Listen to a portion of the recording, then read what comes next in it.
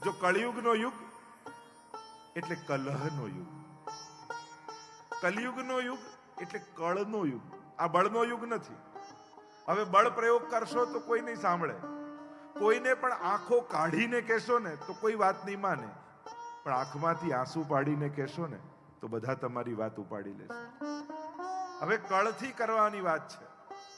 જૂના સમયમાં બધું બળ હતું. લોટ જોઈએ તો ચક્કીથી પીસવું પડે, કલાકો લાગે. કપડાં ધોવા હોય તો છેક પાદરે જઈને તળાવે જઈને કપડાં ધોઈને કલાકે આવે. બધામાં બળ. અત્યારે તો એક સ્વિચ પાડો એટલે કપડાં ધોવાઈ જાય, એક સ્વિચ પાડો એટલે લોટ થઈ જાય, એક સ્વિચ પાડો એટલે ચૂલો ચાલુ થઈ જાય. કળનો યુગ છે. જો અત્યારે માણસની પણ કોરોના પછી ખાસ, કોરોના પહેલા માણસનું સ્વિચ યા માણસની તાળું બુદ્ધિમાં હતું. એટલે દરેક વસ્તુ બુદ્ધિ કન્વિન્સ થાય ત્યારે જે સ્વીકારતો. કોરોના પછી હવે તાળું હૃદયમાં આવી ગયું છે. હવે ચાવી હૃદયમાં નાખીએ ને તુરંત માણસ ખુલી જાય. વધારે ઇમોશનલ થઈ ગયો છે. આ ભાગવતની કથા બહુ પ્રેક્ટિકલ થઈ ગયેલા માણસને ઇમોશનલ બનાવનારી કથા છે.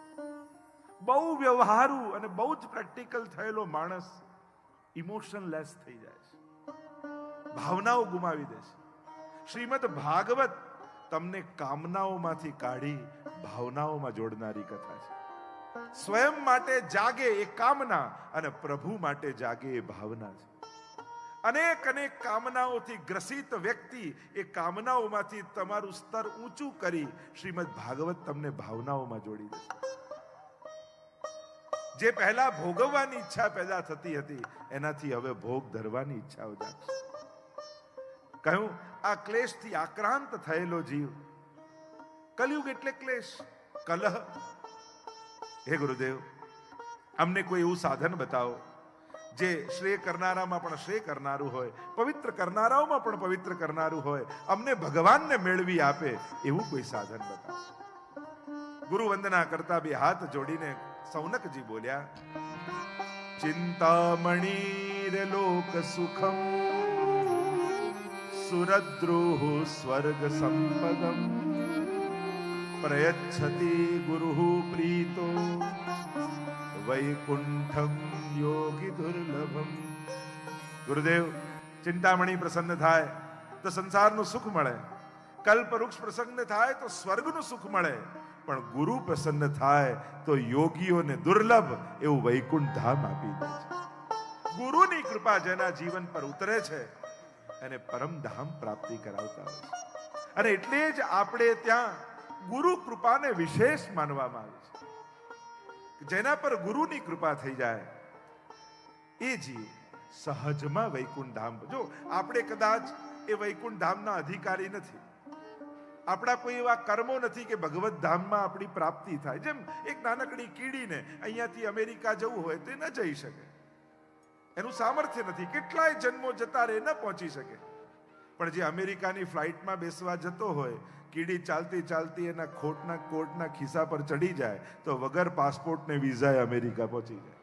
એમ આપણે પણ ભગવત ધામના અધિકારી નથી, પણ જે મહાત્માઓ એ ધામના અધિકારી છે એના ચરણને પકડી લઈએ તો આપણી પણ પ્રાપ્તિ ભગવત ધામમાં થઈ જાય. ગુરુ બિન ભવ નિધિ તરહી ને કોઈ, જો બિરંચ શંકર સમ હોય. એવા કહ્યું કે દેવોને પણ ગુરુની આવશ્યકતા છે. એટલે જો દેવો અને અસુરો બંનેને ગુરુ છે. ભલે અસુરો છે પણ અસુરો પણ કદાચ ભગવાનમાં એટલી શ્રદ્ધા નથી રાખતા, પણ ગુરુમાં ભાવ રાખે છે. ગુરુની મહત્તા ત્યાં કહી છે. એટલે જ અસુરોના ગુરુ શુક્રાચાર્ય કહ્યા છે અને દેવોના ગુરુ બૃહસ્પતિને કહ્યા છે. એટલે કે અસુરોને ભગવાન જોડે વાંધો છે પણ ગુરુને તો વંદન કરે છે. પણ આપણે ત્યાં તો ભાગવતમાં તમે જુઓ તો અસુર કુળમાં પણ જેટલા ભક્તો પાક્યા છે ને, અને એમની કથા ભાગવતમાં છે, એવા દેવ કુળમાં પાક્યા નથી. તમે જુઓ તો દેવતાઓના કુળમાં ભક્તો થયા હોય એવું જલ્દી જોવા નહીં મળે. પણ અસુર કુળમાં તમે જુઓ તો સ્વયં પ્રહલાદજી હિરણ્યકશિપુના પુત્ર છે. બલિરાજા એ પણ પ્રહલાદજીના વંશજમાં છે, અસુર કુળમાં છે. એવા કેટલા ભક્તોની. વૃત્રાસુર, એને અસુર કહ્યો, પણ એના જેવો ભક્ત ભાગવતમાં નહીં મળે. એના જેવી સ્તુતિ તમને ભાગવતમાં નહીં મળે.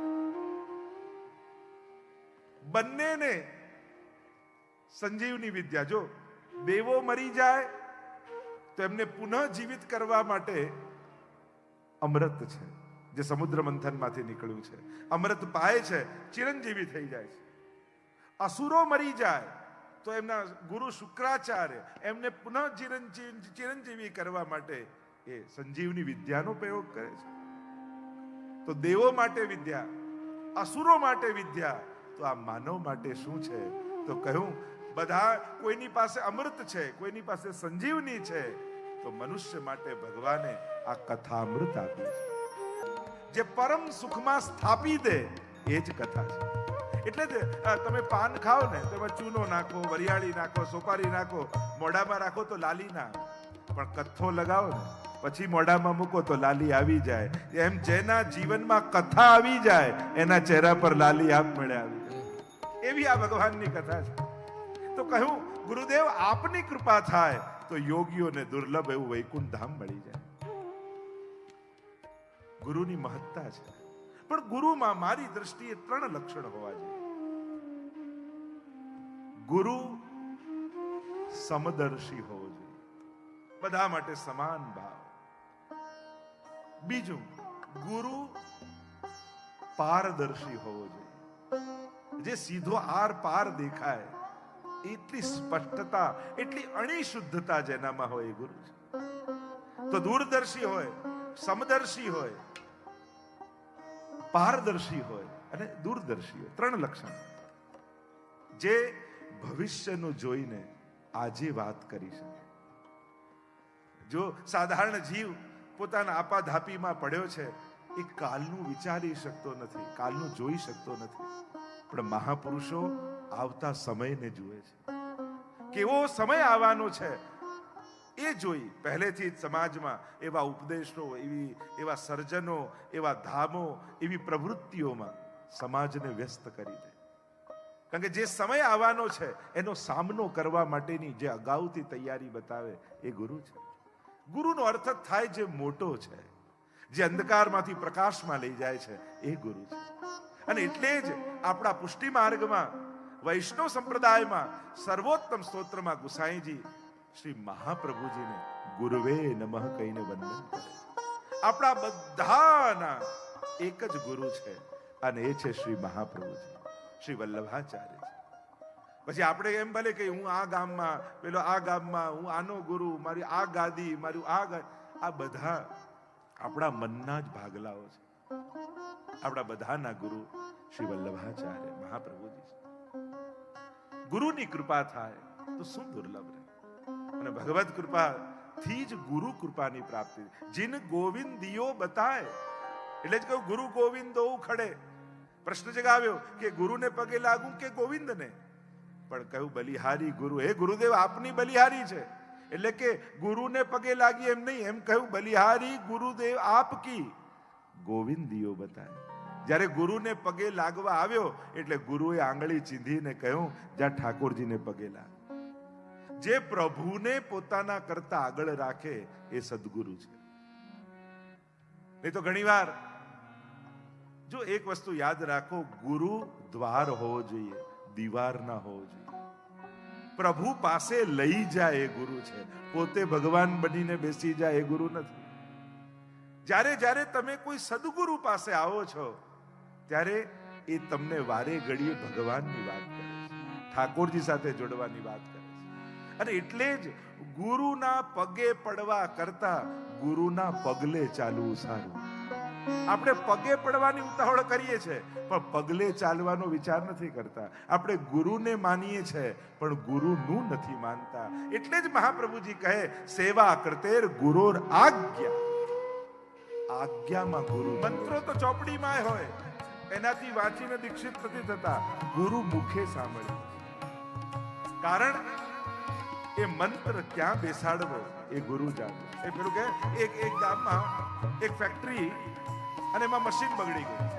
અને મશીન બગડી ગયું, હવે એક જ કારીગર ગામમાં, એને કહ્યું કે મશીન બગડી ગયું છે ને આખું પ્રોડક્શન રોકાઈ ગયું છે, તમે આવો ને ઠીક કરો. તો કે આજે તો રવિવાર છે, આવીશ પણ 1000 રૂપિયા લઈશ.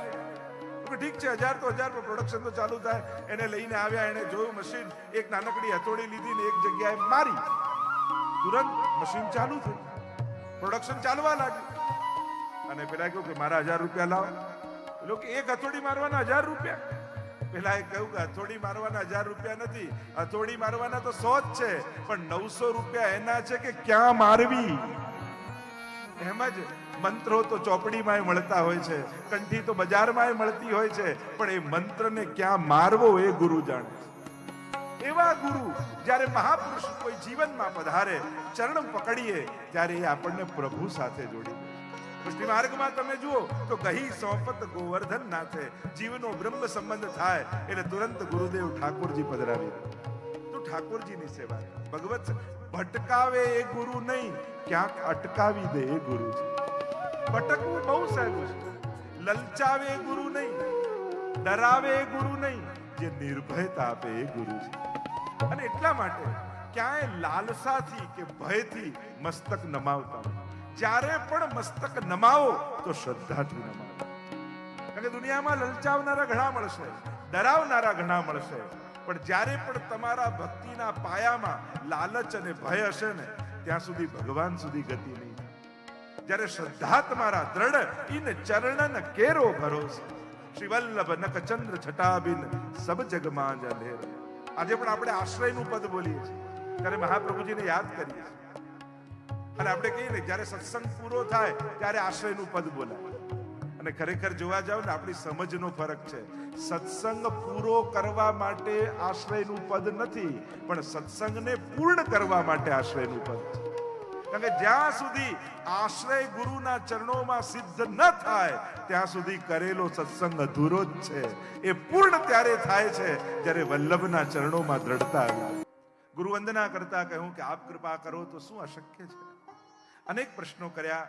વિવેકની પ્રાપ્તિ કઈ રીતે થાય, પવિત્ર કરનારાઓમાં પણ પવિત્ર કરનારું સાધન અમને કેમ પ્રાપ્ત કરાવો, ભગવાન કૃષ્ણને મેળવી આપે એવું કોઈ સાધન બતાવો. અનેક પ્રશ્નો કર્યા. અમારું મન વિશુદ્ધ થાય, કલિયુગના દોષોથી અમે બચી શકીએ, કોઈ એવો ઉપાય બતાવો. ત્યારે સુતજીએ કહ્યું, સૌનકજી, તમારા પ્રશ્નો તો અનેક છે, પણ આ બધા જ પ્રશ્નોનો જવાબ એક જ છે. અને સમાધાન આપતા સુતજી બોલ્યા, કાલરૂપી વ્યાલ જ્યારે બધાનો ગ્રાસ કરી રહ્યો છે. વ્યાલ એટલે સર્પ. જો આ કાળને સર્પની ઉપમા આપવામાં આવી. હાથી આવે તો ખબર પડે, ઘોડો આવે તો ખબર પડે, ગાય આવે તો ખબર પડે, પણ સાપ ક્યારે ઘરમાં ઘૂસી જાય ખબર ન પડે. આ કલિયુગ રૂપી કાલ એવો જ છે. ક્યારે આપણા ઘરમાં કયા રૂપે, કોના થકી, કયા માધ્યમ દ્વારા આપણા ઘરમાં પ્રવેશી જાય આપણને ખબર ન પડે.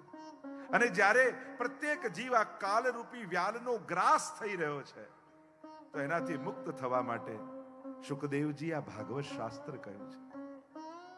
કારણ કે આ કલિયુગમાંથી બચવું, આ સમયમાંથી બચવું કઠિન છે. એટલે જ મહાપ્રભુજી પણ આજ્ઞા કરે છે. પોતાના અંતિમ ઉપદેશને આપતા શ્રી મહાપ્રભુજી કાશીમાં જ્યારે ગંગાજીના તટ ઉપર ગુસાઈજી અને ગોપીનાથજી આવ્યા છે, અમારા માટે શું આજ્ઞા છે, ત્યારે શિક્ષા શ્લોકી નામનો ગ્રંથ મહાપ્રભુજી લખે છે. પોતાની આંગળીથી ગંગાજીની રેત ઉપર લખતા લખતા લખ્યું, યદા બહિર્મુખાયુયમ ભવિષ્યત કથમચન તદા કાલ પ્રવાહસ્થા દેહ ચિત્તાદયોપ્યો. જો તમે પ્રભુથી બહિર્મુખ થયા તો આ કાલના પ્રવાહમાં વહી જશો. આ કાલથી બચવા માટેનો એકમાત્ર ઉપાય છે પ્રભુની સન્મુખતા. રોજ 2 મિનિટ તો 2 મિનિટ પણ ઠાકોરજી આગળ ઊભા જરૂર રહો. જો આપણને જ્યારે દેખાશે એ આપણને જોઈ રહ્યો છે, એ ભાવ રાખીને પણ ઊભા રહો. એની દ્રષ્ટિમાં સૌભાગ્ય છે, એની દ્રષ્ટિમાં મંગલ છે. એની દ્રષ્ટિ પડશે ને, અને ક્યાંક કોઈ ખોટો નિર્ણય લેવા જતા હશો ને તો બચી જશો. એની દ્રષ્ટિ પડશે ને, ક્યાંક દુર્ભાગ્ય દરવાજાની બહાર ઊભું હશે ને, ટળી જશે. એની દ્રષ્ટિમાં રહો, એની સન્મુખ રહો. સન્મુખતા એ સૌથી મોટો સદગુણ છે. 2 મિનિટ પણ એની સામે ઊભા રહેશો ને, કેટલા દુર્ભાગ્યોથી બચી જશો. કારણ કે માણસ મદદ કરી શકે, સુખી તો ભગવાન જ કરી શકે. માણસ સુખી નથી કરી શકતો. સુખ તો પરમાત્માના હાથમાં જ છે. કારણ કે સુખ એ પરિશ્રમનું પરિણામ નથી. સુખ એ પુણ્યનું પરિણામ છે. કોઈ સુખી છે એની પાછળ એના પુણ્યો છે, અને પુણ્ય કરવાની મતિ અને સમજણ ઈશ્વર જ આપી શકે છે. એટલા માટે સત્કર્મ કરતા કરતા પણ ભક્તિને ચૂકવી નહીં. ભલે ઘણી વાર લોકો કે અમે સમાજમાં કોઈનું ખરાબ કરતા નથી, સારા કામ કરીએ, લોકોને મદદ કરીએ, બધું જ કરીએ, અમારે ભગવાન પાસે બેસવાની શું જરૂર છે? અરે તારે તો વધારે જરૂર છે. અને તારામાં સત્કર્મ કરવાની આવડત છે, ત્રેવડ છે, સમજણ છે, હોશિયારી છે. તું પ્રભુ પાસે રહીશ ને તો ભગવાન તને અધિક શક્તિ આપશે. અને કરવાનો અહંકાર ભગવાન ક્યારે નહીં આવવા દે. કારણ કે જે સત્કર્મ કરે એને તો અહંકારની સંભાવના રહે. પણ પ્રભુ પાસે ઉભા રહીને ત્યારે સમજાય આ તો કરનારો મારો ઠાકોરજી છે, પણ મને નિમિત્ત કરે છે, એ બદલ હું ઠાકોરજી પાસે રોજ આભાર માનવા જાઉં છું કે પ્રભુએ આટલા લોકોમાંથી આ કાર્ય કરવા માટે મને પસંદ કર્યો. એ ઠાકોરજીનો મારા પર ઉપકાર છે. એની પાસે તો કરોડો હાથ છે, એની પાસે તો કરોડો પગ છે, કોઈને પણ આ કામ માટે દોડાવી શકત, પણ એણે આ કાર્ય માટે મને યશ અપાવ્યો. એ ઠાકોરજીનો ઉપકાર છે. એટલે આભાર માનવા માટે પણ રોજ ઉભા રહો પ્રભુની સન્મુખતા.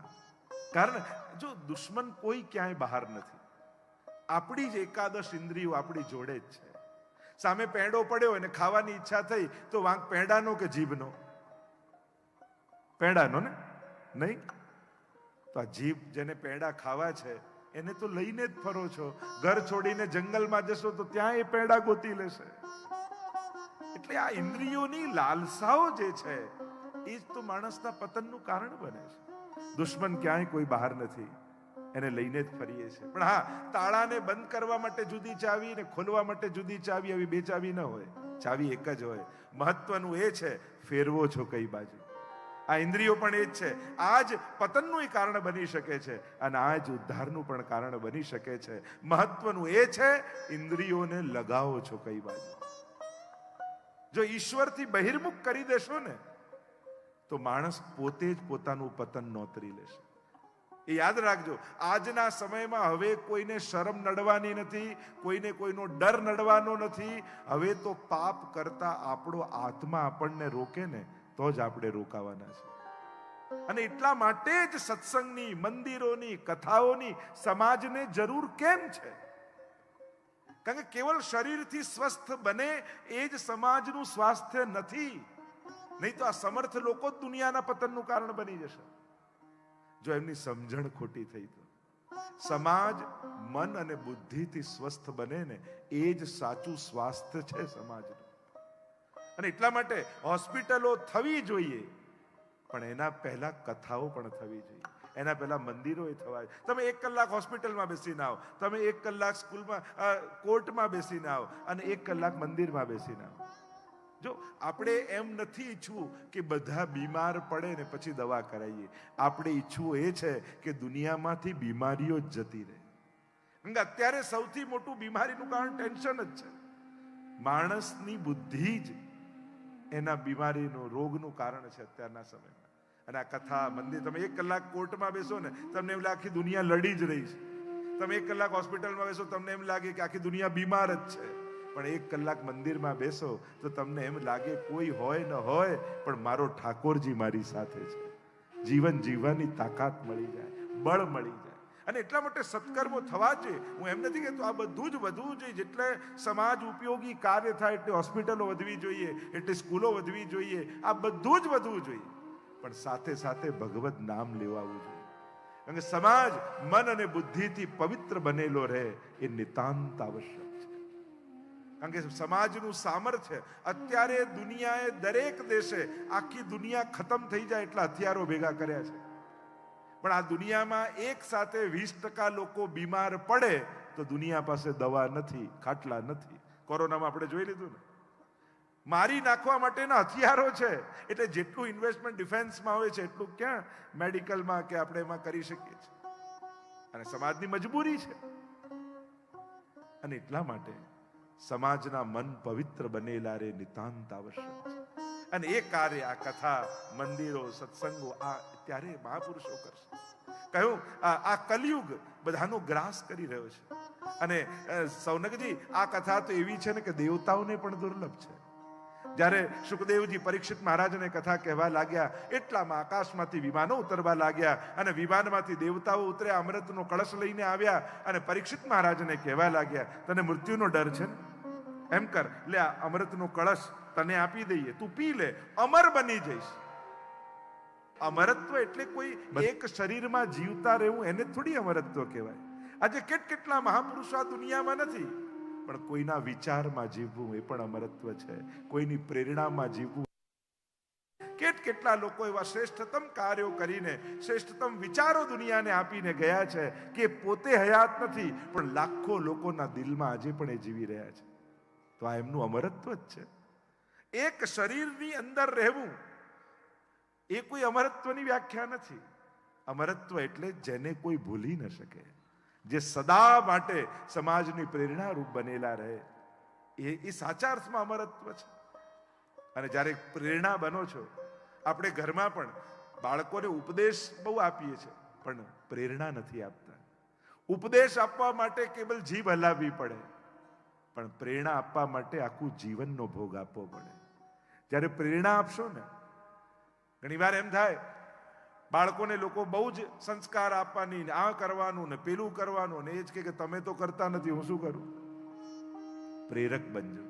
આપણી અંદર કઈ એવી વસ્તુ કે કોઈ એવી વાત કરી કે જેનું એક્ઝામ્પલ આપી આપણે આપણા બાળકોને પ્રેરિત કરી શકીએ.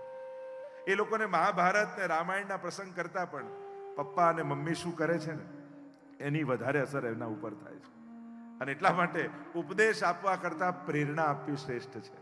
આપણે પ્રેરણા આપી શકીએ છીએ આપણા જીવન દ્વારા. જીભ દ્વારા તો બહુ જ કરીએ છીએ, પણ જીવન દ્વારા જ્યારે પ્રેરિત કરીએ ને, ત્યારે જ એની અસર સમાજમાં થતી હોય છે.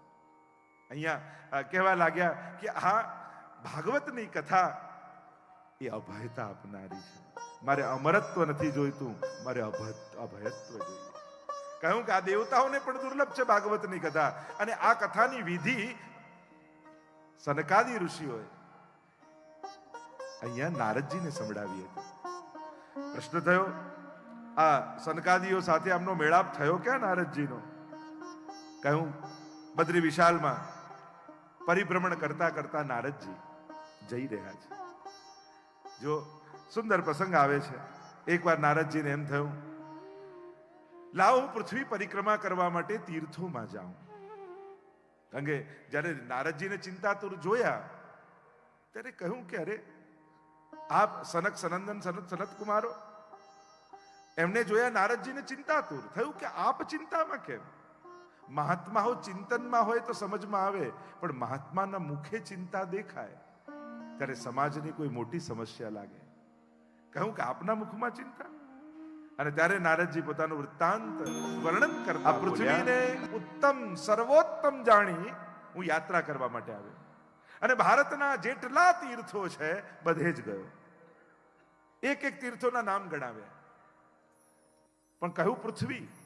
જો ક્યાંક ક્યાંક પુરાણોમાં પૃથ્વી શબ્દ કેવલ ભારત માટે વપરાયો છે. મહાપ્રભુજી માટે પણ આપણે કહીએ છીએ ને 3 વાર પૃથ્વી પરિક્રમા કરી. મહાપ્રભુજી ભારતની બહાર નથી ગયા, પણ ભારત માટે પૃથ્વી શબ્દ ક્યાંક ક્યાંક પ્રાચીન સમયમાં વપરાયો છે. એટલે અહીંયા જે સ્થળોના વર્ણન કર્યા, ક્યાંય ન્યુયોર્કમ કે લંડનમ નથી આવ્યું, ભારતના તીર્થોનું વર્ણન છે. આ બધા જ તીર્થોમાં ગયો, પણ ક્યાંય મને શાંતિનો અનુભવ ન થયો. શું જોયું નારદજી? ચારે બાજુ કલયુગનો પ્રભાવ જોયો, અને પ્રભાવ જોતા નારદજી વર્ણન કરે કે મેં શું જોયું? સત્યનો નાશ થયો. લોકોને એમ થઈ ગયું કે સત્ય બોલીને તો જીવાય જ નહીં. અને સત્ય છે ને એ શબ્દનું નામ નથી, સત્ય એ ભાવનું નામ છે.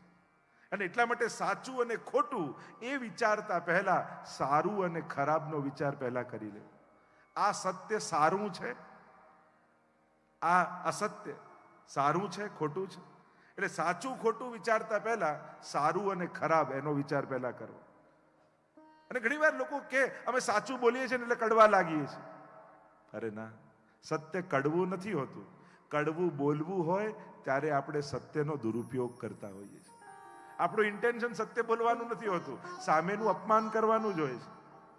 પણ કહીએ ભલે એમ કે ઘણી વાર લોકો આપણે એમ નથી કહેતા, ના ના અમારા મનમાં નતું, હું બોલાઈ ગયું. સાવ ખોટી વાત. મનમાં હતું એટલે જ બોલાયું. કોઈ એમ કહેતું કે મનમાં નતું બોલાઈ ગયું, મનમાં હતું એટલે જ નીકળ્યું. કારણ કે મનનું અભિવ્યક્તિ થઈ જ જાય. સત્યમ નાસ્તિ તપઃ, તપ જતું રહ્યું. અત્યારે સારું કામ કોને કહેવાય? ઘણા લોકો જે અમને બહુ સારી જોબ મળી ગઈ, કીધું એમાં શું છે? એવી સારી જોબ છે કે એમાં કંઈ કામ જ ના કરવાનું હોય. એટલે સારું કામ એને કહેવાય જેમાં કામ ના કરવું પડતું હોય. કલયુગે બે શક્તિ માણસની લઈ લીધી, શ્રમ શક્તિ અને સહન શક્તિ. અત્યારે કોઈને કામ નથી કરવું. ઓછામાં ઓછી મહેનતે કેમ વધારેમાં વધારે મેળવી શકાય એ જ ફિરાકમાં માણસ રહેતો હોય છે. જો બુદ્ધિમાનીથી કમાજો પણ ચાલાકીથી ન કમાતા. બુદ્ધિ વાપરો. ભોળાનો ભગવાન હોય, મૂર્ખાનો ભગવાન ના હોય. ભોળાનો હોય પણ કોઈ મૂર્ખાનો ભગવાન ના હોય. મૂર્ખને તો ભગવાન પણ બુદ્ધિ આપે. અને એટલા માટે બુદ્ધિનો પ્રયોગ કરો. શ્રમ શક્તિ જતી રહી અને સહન શક્તિ જતી રહી. પછી ઘરમાં બધાને એમ જ લાગે હું જ ઘસાવું છું, બાકી બધા મજા કરે છે. દરેકને એમ જ લાગે તો મજા કરે છે કોણ આમાં? સહન શક્તિ જતી રહી. ઘણી વાર લોકો કહે અમે આટલું જાણીએ તો અમારે જ સહન કરવાનું. હા, કારણ કે તું સમજદાર છું. સમજદારે જ સહન કરવાનું આવે. નાદાન વ્યક્તિઓ તો ઝઘડા કરે, એ તો લડે, એ તો હક માંગે, એ તો બાજવા આવે. સમજદારે જ સહન કરવાનું છે આ દુનિયામાં. શ્રમ શક્તિ અને સહન શક્તિ જતી રહી. સત્યમ નાસ્તિ તપઃ, તપ જતું રહ્યું. અને તપ એટલે કોઈ આપણે થોડી જંગલમાં જઈને તપ કરવાના છે. અને ફોરેસ્ટ ડિપાર્ટમેન્ટ વાળા હવે તો બેસવાય નહીં દે, એ કાઢશે. હવે તો તપ એ છે જે સંજોગોને, જે પરિસ્થિતિને, જે વ્યક્તિઓ મળ્યા છે ને પરિવારમાં, એને પ્રેમથી સ્વીકારી અને સંતોષથી આનંદમાં જીવવું, એ જ અત્યારના સમયનું તપ છે. જો સંન્યાસીઓ જેટલા જોઈતા હતા ને એટલા દુનિયામાં થઈ ગયા છે. હવે સારા ગ્રહસ્થીઓની દુનિયામાં જરૂર છે. સંન્યાસીઓ ઘણા થઈ ગયા છે. હવે આદર્શ સંસારીઓની દુનિયાને જરૂર છે. સારા પિતાની, સારા સસુરની, સારા માતાની, સારા વહુની, સારા પતિની, સારા ભાઈની, સારા સંસારીઓની દુનિયાને તાત્કાલિક જરૂરત છે. એટલે સારા સંસારી બનજો. ઘણી વાર બહુ સંન્યાસીઓના મુખે આપણે સાંભળીને એમ થઈ ગયું આ ધંધો કરવો, બાળકો મોટા કરવા, પરિવાર જાણે કોઈ પાપ જ ના કરતા હોય.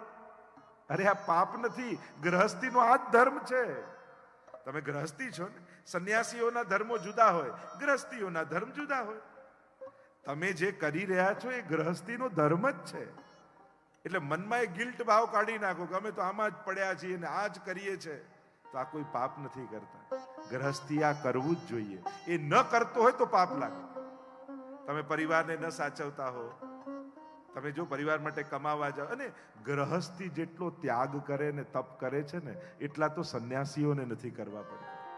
સવારથી ઉઠી પોતાના 5 જણાનું પેટ ભરવા, ઘર ચલાવવા માટે કેટલા લોકો દોડાદોડ કરતા હોય. નાના નાના બાળકોની ઈચ્છાઓ હોય અને એની પાછળ મા બાપ પોતાનો કેટલો ત્યાગ કરી દેતા હોય. પોતાની ઈચ્છાઓનો, પોતાના શોખનો. રોજ એક ગ્રહસ્થી પોતાનું મન મારીને જીવે છે. આ એનું તપ નથી? શું ત્યાં જઈને બધાને છોડીને ક્યાંક બેસી જઈએ એકલા, એ તો બહુ સહેલું છે. બધાની વચ્ચે સહન કરીને દુઃખના ઘૂંટડા પીતા ચહેરો ખુશ રાખીને જીવવું ને, એ મોટું તપ છે. શ્રી પ્રભુને પ્યારા શ્રી યમુનાજીના લાડીલા એવા રસિક સત્સંગી વૈષ્ણવોને જે શ્રીના આ વચનામૃત ગમ્યા હોય તો આ વિડીયોને લાઈક કરજો, શેર કરજો અને કમેન્ટ બોક્સમાં જય શ્રી કૃષ્ણ જરૂર લખજો. અને અમારી ચેનલ શ્રી વલ્લભ સત્સંગને સબસ્ક્રાઈબ કરવાનું ભૂલશો નહીં. સર્વે વહાલા વૈષ્ણવોને ભાવથી જય શ્રી કૃષ્ણ.